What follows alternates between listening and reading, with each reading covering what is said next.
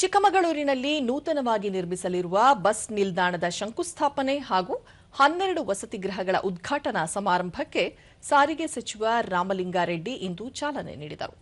ಈ ವೇಳೆ ಇಂಧನ ಸಚಿವ ಕೆಜೆ ಜಾರ್ಜ್, ಶಾಸಕರಾದ ರಾಜೇಗೌಡ, ಎಚ್ಡಿ ತಮ್ಮಯ್ಯ ಸೇರಿದಂತೆ ಅಧಿಕಾರಿಗಳು ಉಪಸ್ಥಿತರಿದ್ದರು.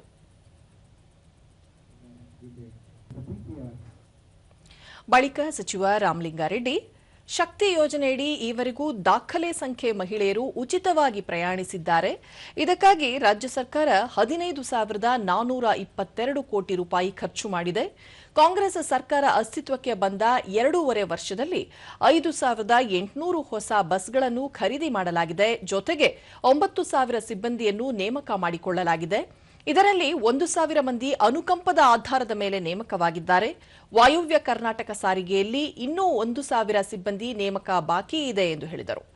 ಚಿಕ್ಕಮಗಳೂರು ವಿಭಾಗಕ್ಕೆ ಒಳಪಡುವ ಕಡೂರು, ಶೃಂಗೇರಿ, ಬೀರೂರು, ತರೀಕೆರೆ ಬಸ್ ನಿಲ್ದಾಣ ನಿರ್ಮಾಣ ಮೇಲ್ದರ್ಜೆಗೇರಿಸುವುದು, ಘಟಕ ನಿರ್ಮಾಣ ಸೇರಿದಂತೆ ವಿವಿಧ ಮೂಲಸೌಕರ್ಯಗಳನ್ನು ಕೈಗೆತ್ತಿಕೊಳ್ಳಲಾಗಿದೆ ಎಂದು ತಿಳಿಸಿದರು. ರಿಕ್ರೂಟ್ಮೆಂಟ್ ವ್ಯವಸ್ಥೆ 9,000 ಜನ ರಿಕ್ರೂಟ್ಮೆಂಟ್ ಆಯಿತು. ಅದರಲ್ಲಿ 1,000 ಜನ